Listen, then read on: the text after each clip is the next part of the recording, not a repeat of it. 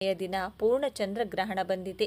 2026ರ ಚಂದ್ರಗ್ರಹಣದ ದಿನ ಕೆಲವು ರಾಶಿಗಳಿಗೆ ಉತ್ತಮವಾಗಿರುತ್ತದೆ.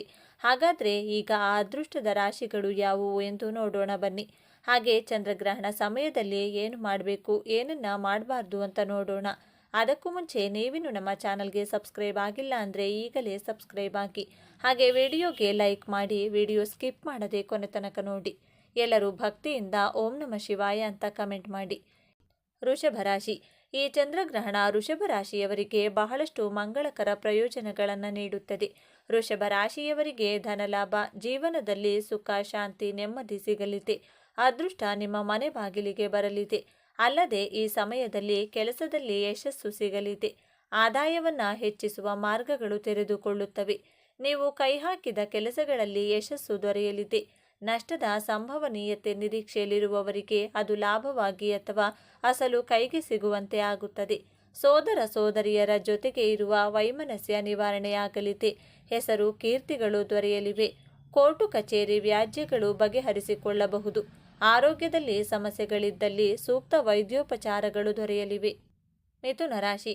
ಈ ಚಂದ್ರಗ್ರಹಣ ಮಿಥುನ ರಾಶಿಯವರಿಗೆ ಬಹಳ ದಿನಗಳಿಂದ ಲಭ್ಯವಾಗದ ಹಣವನ್ನು ಪಡೆಯಲು ಸಹಾಯ ಮಾಡುತ್ತದೆ. ವೃತ್ತಿಪರವಾಗಿ ಅನೇಕ ಪ್ರಯೋಜನಗಳನ್ನು ಪಡೆಯಬಹುದು. ಕಚೇರಿಯಲ್ಲಿ ತಮ್ಮ ಅತ್ಯುತ್ತಮ ಕಾರ್ಯಕ್ಷಮತೆಗಾಗಿ ಉದ್ಯೋಗಿಗಳು ಮೆಚ್ಚುಗೆಯನ್ನು ಪಡೆಯುತ್ತಾರೆ. ದೀರ್ಘಾವಧಿಯ ಯೋಜನೆಗಳು ನೆರವೇರಲಿವೆ. ಸಮಾಜದಲ್ಲಿ ಮೌಲ್ಯ ಮತ್ತು ಗೌರವ ಹೆಚ್ಚಾಗುತ್ತದೆ. ಉದ್ಯೋಗ, ಹಣಕಾಸಿನ ವಿಚಾರಕ್ಕೆ ಸಂಬಂಧಿಸಿದಂತೆ ಚಿಂತೆಗಳು ಕಾಡುತ್ತಿದ್ದಲ್ಲಿ ಅದು ದೂರವಾಗಲಿದೆ. ಸಾಂಸಾರಿಕವಾಗಿ ಸಮಸ್ಯೆಗಳನ್ನು ಎದುರಿಸುತ್ತಿರುವವರಿಗೆ ಸಹ ನಿರುಮ್ಮಳವಾಗುವಂತಹ ಬೆಳವಣಿಗೆ ದೊರೆಯಲಿದೆ. ಬಡ್ತಿ ಅಥವಾ ವೇತನ ಹೆಚ್ಚಳದ ನಿರೀಕ್ಷೆಯಲ್ಲಿರುವವರಿಗೆ ಶುಭ ಸುದ್ದಿ ಕೇಳಿ ಬರಲಿದೆ. ಅಣ್ಣ ತಮ್ಮಂದಿರು, ಅಕ್ಕ ತಂಗಿಯರ ಜೊತೆಗೆ ಭಿನ್ನಾಭಿಪ್ರಾಯ, ಮನಸ್ತಾಪಗಳಿದ್ದರೂ ಅದನ್ನು ಬಗೆಹರಿಸಿಕೊಳ್ಳುವ ಅವಕಾಶವಿದೆ. ವೃಶ್ಚಿಕ ರಾಶಿ. ಈ ಚಂದ್ರಗ್ರಹಣ ವೃಶ್ಚಿಕ ರಾಶಿಯವರಿಗೆ ಲಾಭವನ್ನು ತರಲಿದೆ. ಮುಖ್ಯವಾಗಿ ಉತ್ತಮ ಆರ್ಥಿಕ ಜೀವನ ಉತ್ತಮವಾಗಿರಲಿದೆ.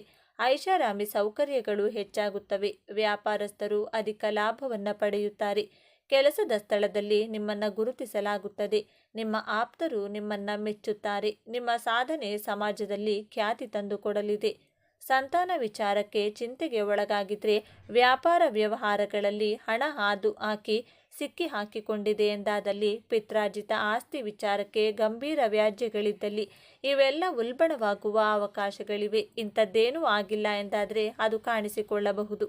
ಇನ್ನು ಈ ಬಾರಿ ಮಿಶ್ರ ಫಲ ಇರುವುದರಿಂದ ಈ ಮೇಲ್ಕಂಡ ವಿಚಾರಗಳಲ್ಲಿಯೇ ಸಕಾರಾತ್ಮಕ ಬೆಳವಣಿಗೆಗಳನ್ನು ಸಹ ನಿರೀಕ್ಷೆ ಮಾಡಬಹುದು.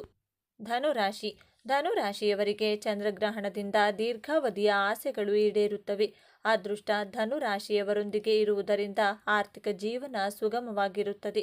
ನಿಮಗೆ ಆಧ್ಯಾತ್ಮದಲ್ಲಿ ಆಸಕ್ತಿ ಹೆಚ್ಚಲಿದೆ. ಉದ್ಯೋಗಿಗಳಿಗೆ ಕಚೇರಿಯಲ್ಲಿ ಅಧಿಕ ಲಾಭ ಸಿಗಲಿದೆ. ಸಾಕಷ್ಟು ಸಮಯಗಳಿಂದ ಮದುವೆಯಾಗಿ ಸಂತಾನ ಭಾಗ್ಯಕ್ಕಾಗಿ ಕಾಯುತ್ತಿರುವಂತಹ ಧನುರಾಶಿಯವರಿಗೆ ಅತಿ ಶೀಘ್ರದಲ್ಲಿ ಶುಭ ಸುದ್ದಿ ಸಿಗಲಿದೆ.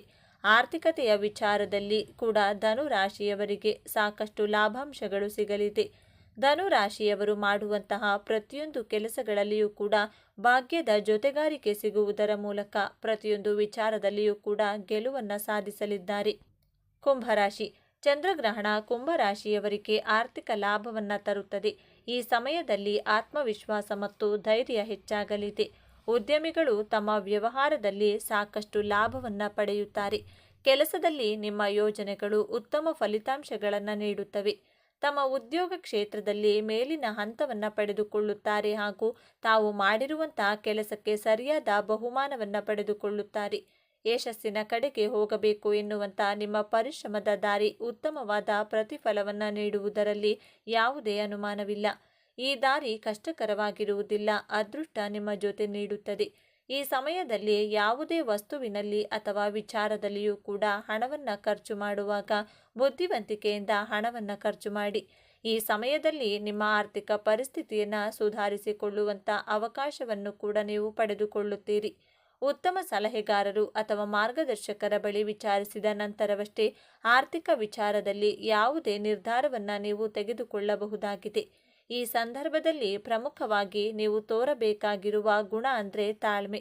ತಾಳ್ಮೆಯಿಂದಲೇ ಪ್ರತಿಯೊಂದು ನಿರ್ಧಾರಗಳನ್ನು ತೆಗೆದುಕೊಳ್ಳಿ. ಮೀನರಾಶಿ. ಚಂದ್ರಗ್ರಹಣ ಮೀನರಾಶಿಯವರಿಗೆ ವ್ಯಾಪಾರದಲ್ಲಿ ಪ್ರಗತಿಯನ್ನ ತರುತ್ತದೆ. ಅಂದುಕೊಂಡ ಕೆಲಸಗಳು ಸಿಗಲಿದ್ದು ಧನಲಾಭ ಹೆಚ್ಚಾಗಲಿದೆ. ಮನೆಯಲ್ಲಿ ಎಲ್ಲ ಸೌಕರ್ಯಗಳು ಹೆಚ್ಚಾಗುತ್ತವೆ. ನೀವು ರಿಯಲ್ ಎಸ್ಟೇಟ್ ಉದ್ಯಮದಲ್ಲಿದ್ದರೆ ನಿಮಗೆ ಸಾಕಷ್ಟು ಲಾಭ ಸಿಗುತ್ತದೆ.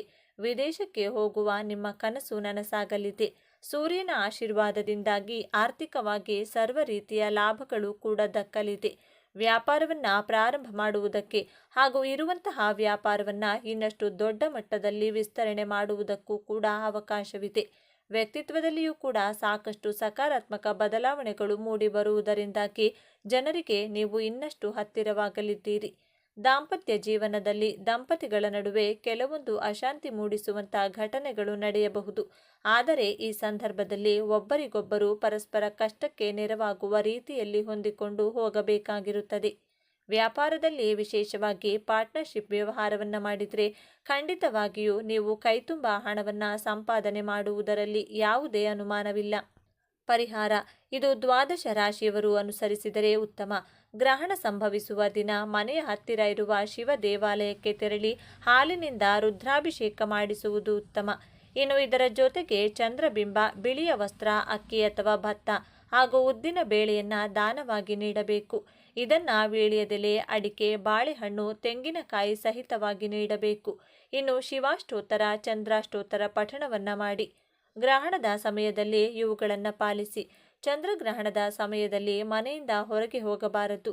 ಗ್ರಹಣದ ಸಮಯದಲ್ಲಿ ಅಡುಗೆ ಕೆಲಸಗಳನ್ನು ಮಾಡಬಾರದು. ಗ್ರಹಣದ ಸಮಯದಲ್ಲಿ ಗರ್ಭಿಣಿಯರು ಹೊರಗೆ ಹೋಗಬಾರದು. ಗ್ರಹಣದ ಸಮಯದಲ್ಲಿ ಚೂಪಾದ ವಸ್ತುಗಳನ್ನು ಮುಟ್ಟಬಾರದು. ಇದಲ್ಲದೆ ಗ್ರಹಣ ಕಾಲದಲ್ಲಿ ದೇವರ ಮೂರ್ತಿಯನ್ನು ಮುಟ್ಟಬಾರದು. ಗ್ರಹಣ ಸಮಯದಲ್ಲಿ ಸೂರ್ಯ ಮಂತ್ರಗಳನ್ನು ಪಠಿಸಿ. ಚಂದ್ರಗ್ರಹಣದ ನಂತರ ಏನು ಮಾಡಬೇಕು? ಗ್ರಹಣದ ನಂತರ ಮನೆಯನ್ನು ಶುಚಿಗೊಳಿಸಿ ಗಂಗಾ ಜಲವನ್ನು ಮನೆಯೆಲ್ಲ ಚಿಮುಕಿಸಬೇಕು. ಮನೆಯ ದೇವರ ಕೋಣೆಯಲ್ಲಿರುವ ಎಲ್ಲ ದೇವರು ದೇವತೆಗಳ ವಿಗ್ರಹಗಳು ಮತ್ತು ಚಿತ್ರಗಳ ಮೇಲೆ ಗಂಗಾ ಜಲವನ್ನು ಸಿಂಪಡಿಸಿ ಮತ್ತು ಸ್ನಾನ ಮಾಡಿ. ಅಲ್ಲದೆ ಚಂದ್ರಗ್ರಹಣದ ನಂತರ ಸ್ನಾನ ಮಾಡಿ ದಾನ ಧರ್ಮದಂತಹ ಕಾರ್ಯ ಮಾಡಿ. ಚಂದ್ರಗ್ರಹಣ ನಂತರ ಹಸುವಿಗೆ ಹಸಿರು ಮೇವನ್ನು ತಿನ್ನಲು ನೀಡಬೇಕು. ಗ್ರಹಣದ ಸಮಯದಲ್ಲಿ ಮನೆಯಲ್ಲಿರುವ ಎಲ್ಲ ನೀರಿನ ಪಾತ್ರೆಗಳು, ಹಾಲು ಮತ್ತು ಮೊಸರುಗಳಲ್ಲಿ ಕುಶ ಅಥವಾ ತುಳಸಿ ಎಲೆಗಳನ್ನು ತೊಳೆದು ಹಾಕಿ. ಸ್ನೇಹಿತರೆ, ಈ ಮಾಹಿತಿ ನಿಮಗೆ ಇಷ್ಟವಾಗಿದ್ದಲ್ಲಿ ದಯವಿಟ್ಟು ಶೇರ್ ಮಾಡಿ, ಲೈಕ್ ಮಾಡಿ ಮತ್ತು ನಮ್ಮ ಚಾನಲ್ಗೆ ಸಬ್ಸ್ಕ್ರೈಬ್ ಆಗಿ. ಎಲ್ಲರೂ ಭಕ್ತಿಯಿಂದ ಓಂ ನಮಃ ಶಿವಾಯ ಅಂತ ಕಮೆಂಟ್ ಮಾಡಿ. ಈ ದಿನ ಒಂದು ಮುಷ್ಟಿ ಗೋಧಿ ಹಿಟ್ಟು ಹಾಗೂ ಕರಿಮೆಣಸಿನಿಂದ ಯಾವ ಕೆಲಸವನ್ನ ಮಾಡಿದರೆ ನಿಮ್ಮ ಜೀವನವು 24 ಗಂಟೆಗಳಲ್ಲಿ ಶಿವನ ಅನುಗ್ರಹದಿಂದ ಬದಲಾಗುತ್ತದೆ. ಅದೆಷ್ಟೇ ಕಷ್ಟಗಳಿಂದಲೂ ಪಾರ್ವತಿ ದೇವಿಯ ಕೃಪೆಯಿಂದ ಮುಟ್ಟಿದ್ದೆಲ್ಲ ಬಂಗಾರವಾಗುವಷ್ಟು ಅದೃಷ್ಟ ಕೂಡಿ ಬರುತ್ತೆ. ಯಾವ ದೇವರುಗಳನ್ನ ತಪ್ಪದೇ ಪೂಜಿಸಬೇಕು, ಯಾವ ಒಂದು ವಿಶೇಷ ಮಂತ್ರವನ್ನ ಹೇಳಿಕೊಳ್ಳಬೇಕು ಅಂತ ಇವತ್ತಿನ ಈ ವಿಡಿಯೋದಲ್ಲಿ ಸಂಪೂರ್ಣವಾಗಿ ತಿಳಿಸಿಕೊಡ್ತೀವಿ, ಬನ್ನಿ. ಇನ್ನು ಮೊಸರು ಹಾಗೂ 3 ಚಿಟಿಕೆ ಕುಂಕುಮದಿಂದ ಈ ಕೆಲಸವನ್ನ ಮಾಡಿ ನೀವು ಕೇಳಿದ ಕೋರಿಕೆಗಳು ನೆರವೇರುತ್ತದೆ. ಸಾಕ್ಷಾತ್ ಮಹಾಲಕ್ಷ್ಮಿ ಹಾಗೂ ದುರ್ಗಾದೇವಿಯ ಅನುಗ್ರಹಕ್ಕೋಸ್ಕರ ಯಾವ ಕೆಲಸಗಳನ್ನ ಈ ಶುಕ್ರವಾರ ಮಾಡಿಕೊಳ್ಬೇಕು, ಯಾವ ವಿಶೇಷ ಎಲೆಯನ್ನ ಮನೆಗೆ ತಂದರೆ ದುಷ್ಟಶಕ್ತಿಗಳು ನಾಶವಾಗಿ ಹಣ, ಆರೋಗ್ಯ, ನೆಮ್ಮದಿ ಪ್ರಾಪ್ತಿಯಾಗುತ್ತದೆ ಎಂದು ಇವತ್ತಿನ ಈ ವಿಡಿಯೋದಲ್ಲಿ ಸಂಪೂರ್ಣವಾಗಿ ತಿಳಿಸಿಕೊಡ್ತೀವಿ, ಬನ್ನಿ. ಎಲ್ಲರೂ ಭಕ್ತಿಯಿಂದ ಜೈ ಮಹಾಲಕ್ಷ್ಮಿ ಅಂತ ಕಮೆಂಟ್ ಮಾಡಿ. ಎಷ್ಟೋ ಜನ ಕಾಯುತ್ತೀರಿ, ದೇವಿಗೆ ಅತ್ಯಂತ ಪ್ರಿಯವಾದ ಮಾಸವಾಗಿದೆ. ಈ ಮಾಸದಲ್ಲಿ ಬರುವ ಶುಕ್ರವಾರಗಳೆಂದು ಮಾಡುವ ಪೂಜೆ ಅನುಷ್ಠಾನಗಳು ದುರ್ಗಾ ಮಾತೆಗೆ, ಲಕ್ಷ್ಮೀ ದೇವಿಗೆ ಅತ್ಯಂತ ಪ್ರಿಯವಾಗುತ್ತದೆ. ಶುಕ್ರವಾರದಂದು ಮನೆಗೆ ತಪ್ಪದೆ ಬೇವಿನ ಎಲೆಗಳನ್ನು ತನ್ನಿ. ಮನೆಯಲ್ಲಿ ಕಳಸ ಇಡುವ ಪದ್ಧತಿ ಇದ್ರೆ ತಪ್ಪದೆ ಕಳಸ ಇಡುವ ಪದ್ಧತಿ ಇಲ್ಲವೆಂದರೂ ಚಿಕ್ಕದಾಗಿ ಕಲಶ ಇಟ್ಟು ಈ ಒಂದು ವಿಧಾನವನ್ನು ಪಾಲಿಸಿ. ಒಂದು ಚೊಂಬಿಗೆ ನೀರು ತುಂಬಿಸಿ ಅದರಲ್ಲಿ ಬೇವಿನ ಎಲೆಗಳನ್ನು ಹಾಕಿ ಅರಿಶಿನ, ಕುಂಕುಮ, ಅಕ್ಷತೆ, ಒಂದು ನಾಣ್ಯ, ಒಂದು ನಿಂಬೆಹಣ್ಣನ್ನು ಕಲಶಕ್ಕೆ ಹಾಕಿ ಕಲಶಕ್ಕೆ ಒಂದು ಸುತ್ತು ಅರಿಶಿನದ ದಾರವನ್ನು ಕಟ್ಟಿ ಕಲಶದ ಮುಂದೆ ಸಿಹಿ ನೈವೇದ್ಯ ಇಟ್ಟು ದುರ್ಗಾ ಮಾತೆಗೆ ಹೀಗೆ ಬೇಡಿಕೊಳ್ಳಿ: ಅಮ್ಮ ದುರ್ಗೆ, ಚೌಡೇಶ್ವರಿ, ಚಾಮುಂಡೇಶ್ವರಿ, ಕಾಳಿಕಾದೇವಿ, ಗ್ರಾಮ ದೇವತೆ, ಹೀಗೆ ನಿಮಗೆ ಇಷ್ಟವಾದ ದೇವಿ ದೇವತೆಗಳ ಹೆಸರನ್ನ ಹೇಳಿ. ಎಷ್ಟೋ ಕುಟುಂಬಗಳಿಗೆ 100ರಲ್ಲಿ 90ರಷ್ಟು ಮನೆತನಗಳಿಗೆ ಹೆಣ್ಣು ದೇವರೇ ಮನೆ ದೇವರಾಗಿರುತ್ತಾರೆ.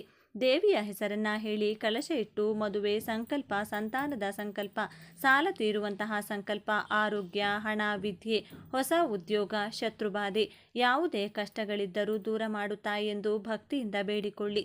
ಮೊಸರನ್ನದ ಜೊತೆಗೆ ಸಿಹಿ ಪೊಂಗಲನ್ನು ಮಾಡಿ ಕಲಶದ ಮುಂದೆ ನೈವೇದ್ಯವನ್ನ ಇಡಿ. ದುರ್ಗಾ ಅಷ್ಟೋತ್ತರ ಲಲಿತ ಸಹಸ್ರನಾಮ ಪಾರಾಯಣ ಮಾಡುತ್ತಾ ಶುಕ್ರವಾರದ ಪೂಜೆಯನ್ನು ಮಾಡಿಕೊಳ್ಳಿ. ಈ ಒಂದು ವಿಧಿವಿಧಾನವನ್ನು, ವಿಶೇಷ ಪೂಜೆಯನ್ನು ಯಾವ ಸಮಯದಲ್ಲಿ ಮಾಡಿಕೊಳ್ಬೇಕು ಅಂತ ನೋಡೋದಾದರೆ ಬೆಳಿಗ್ಗೆ 4:30ರಿಂದ 5:30, ಬೆಳಗ್ಗೆ 6ರಿಂದ 7 ಗಂಟೆ, ಬೆಳಗ್ಗೆ 9ರಿಂದ 10:20 ಈ ಸಮಯದಲ್ಲಿ ನೀವು ದುರ್ಗಾ ಮಾತೆಯ ಪೂಜೆ ಅಥವಾ ಕಲಶ ಪ್ರತಿಷ್ಠಾಪನೆಯನ್ನು ಮಾಡಿಕೊಳ್ಳಬಹುದು. ಕಲಶ ಇಟ್ಟು ಪೂಜೆ ಮಾಡಲು ಸಾಧ್ಯವಾಗದಿದ್ದವರು ಏನು ಮಾಡಬೇಕು? ಕುಂಕುಮವನ್ನು ದುರ್ಗಾದೇವಿಯ ಮುಂದೆ ಒಂದು ಬಟ್ಟಲು ಅಥವಾ ತಟ್ಟೆಯಲ್ಲಿಟ್ಟು ಆ ತಟ್ಟೆಗೆ ಕುಂಕುಮವನ್ನು ಹಾಕುತ್ತಾ ದುರ್ಗಾ ಅಷ್ಟೋತ್ತರ ಅಥವಾ ಅಭಿರಾಮಿ ಸ್ತೋತ್ರ ಪಾರಾಯಣ ಮಾಡಿ ಯೂಟ್ಯೂಬ್ನಲ್ಲಿ ಹಾಕಿಕೊಂಡು ಈ ಅಭಿರಾಮಿ ಸ್ತೋತ್ರದ ಆಡಿಯೋವನ್ನು ಕೇಳಿ. ದುರ್ಗಾದೇವಿಯ ಫೋಟೋ ನಿಮ್ಮ ಮನೆಯಲ್ಲಿದ್ದರೆ ದೇವಿಯ ಮುಂದೆ ಕುಳಿತು ಈ ಪೂಜೆಯನ್ನು ಮಾಡಿಕೊಳ್ಳಿ. ಇಲ್ಲವಾದರೆ ಮನಸ್ಸಿನಲ್ಲಿಯೇ ನಿಮ್ಮ ಇಷ್ಟವಾದ ದೇವಿಯನ್ನು ಸ್ಮರಿಸಿ ಅಭಿರಾಮಿ ಸ್ತೋತ್ರವನ್ನು ಕೇಳುತ್ತಾ ಕುಂಕುಮಾರ್ಚನೆಯನ್ನು ಅತ್ಯಂತ ಸರಳವಾಗಿ ಮಾಡಿಕೊಳ್ಳಿ. ಬಳಿಕ ಆ ಕುಂಕುಮವನ್ನು ಇಡೀ ಕುಟುಂಬ ಹಣೆಗಿಟ್ಟುಕೊಳ್ಳಿ. ಪೂಜೆಯಲ್ಲಿ ದೇವಿಗೋಸ್ಕರ ಹಾಲಿಗೆ ಕಲ್ಲು ಸಕ್ಕರೆ ಹಾಕಿಡಿ. ವೀಳ್ಯದೆಲೆ, ಬಾಳೆಹಣ್ಣು, ಬಳೆ, ನಾಣ್ಯಗಳನ್ನು ಇಟ್ಟು ಹಣದ ಅಭಿವೃದ್ಧಿಯಾಗಲಿ, ಬಡತನ ದೂರವಾಗಲಿ, ಮನೆಯ ಯಜಮಾನ ಅಂದರೆ ನಿಮ್ಮ ಪತಿಗೆ ಸಕಲ ದಿಕ್ಕುಗಳಿಂದಲೂ ಯಶಸ್ಸು, ಅದೃಷ್ಟ ಕೂಡಿ ಬರಲಿ ಎಂದು ನಮಸ್ಕಾರ ಮಾಡಿಕೊಳ್ಳಿ. ಶುಕ್ರವಾರ ರಾಹುಕಾಲ ಕಾಲದಲ್ಲಿ ದುರ್ಗಾದೇವಿಯ ದೇವಸ್ಥಾನಕ್ಕೆ ಮೊಸರನ್ನು ನೈವೇದ್ಯ ಮಾಡಿಕೊಂಡು ದೇವಿಯ ಮುಂದೆ ಇಟ್ಟು ಪೂಜೆ ಮಾಡಿಸಿ. ಬಳಿಕ ಅಲ್ಲಿ ಬಂದಿರುವಂತಹ ಭಕ್ತರಿಗೆ ನಿಮ್ಮ ಕೈಯಿಂದ ಹಂಚಿ. ಗ್ರಾಮ ದೇವತೆಗೆ ಬೇವಿನ ಎಲೆ, ನಿಂಬೆಹಣ್ಣಿನ ದೀಪದ ಆರತಿಗಳನ್ನು ಅರ್ಪಿಸಿ. ಶುಕ್ರವಾರ ವಾರಾಹಿ ದೇವಿಯನ್ನು ನೆನೆದು ವಾರಾಹಿ ದೇವಿಯ ಮಂತ್ರಗಳನ್ನು ಹೇಳಿಕೊಳ್ಳಬಹುದು. ಮೈಸೂರು ಶ್ರೀ ಚಾಮುಂಡೇಶ್ವರಿ ಬೆಟ್ಟವಾಗಿರಬಹುದು, ದುರ್ಗಾ ಮಾತೆಯ ಶಕ್ತಿ ಕ್ಷೇತ್ರಗಳನ್ನಾಗಿರಬಹುದು.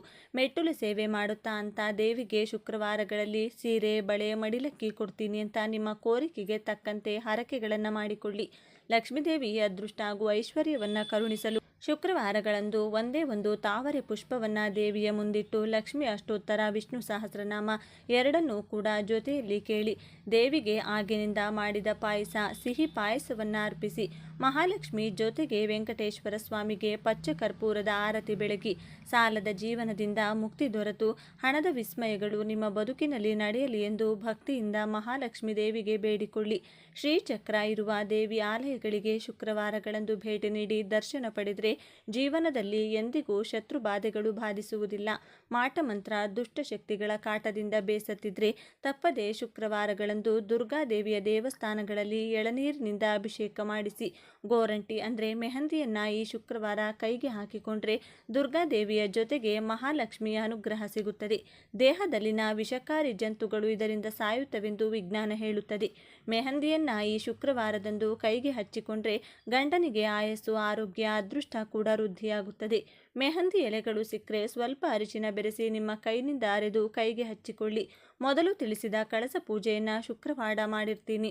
ಮರುದಿನ ಶನಿವಾರ ಕಳಸ ವಿಸರ್ಜನೆಯನ್ನು ಬೆಳಗ್ಗೆ ಮಾಡಿಕೊಳ್ಳಬಹುದು.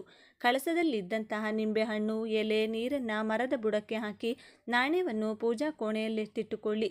ಶುಕ್ರವಾರ ಸಾಂಬ್ರಾಣಿ ಧೂಪವನ್ನು ಮನೆಯಲ್ಲಿ ಹಾಕಿ ಮನೆಗೆ ಮುತ್ತೈದೆಯರನ್ನು ಕರೆಸಿ ಅರಿಶಿನ, ಕುಂಕುಮ, ತಾಂಬೂಲ, ರವಿಕೆ, ಹಣವನ್ನು ಕೊಟ್ಟು ಅವರ ಆಶೀರ್ವಾದವನ್ನು ಪಡೆದುಕೊಳ್ಳಿ. ಇದರಿಂದ ಸುಮಂಗಲಿ ತತ್ವ ನಿಮಗೆ ವೃದ್ಧಿಯಾಗುತ್ತದೆ. ಮಹಾಲಕ್ಷ್ಮೀ ದೇವಿಯು ಮುತ್ತೈದೆಯರ ಮೂಲಕ ಮನೆಗೆ ಪ್ರವೇಶ ಮಾಡುತ್ತಾಳೆ.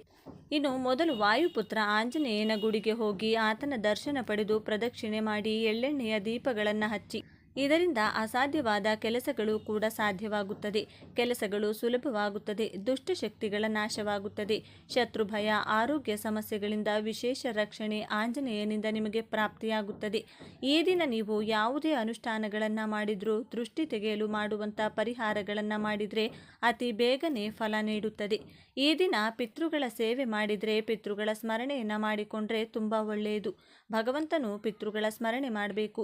ಕೇವಲ ಪಿತೃಪಕ್ಷದಲ್ಲಷ್ಟೇ ಅಲ್ಲದೆ ಪ್ರತಿ ತಿಂಗಳು ಬರುವಂತಹ ಇಂತಹ ಅಮಾವಾಸ್ಯೆಗಳಂದು ಪಿತೃತರ್ಪಣವನ್ನು ನೀಡುತ್ತಾ ಬಂದರೆ ಪಿತೃಗಣಗಳು ಸಂತೃಪ್ತಗೊಂಡು ಇಡೀ ಕುಟುಂಬಕ್ಕೆ ಆರಿಸುತ್ತಾರೆ.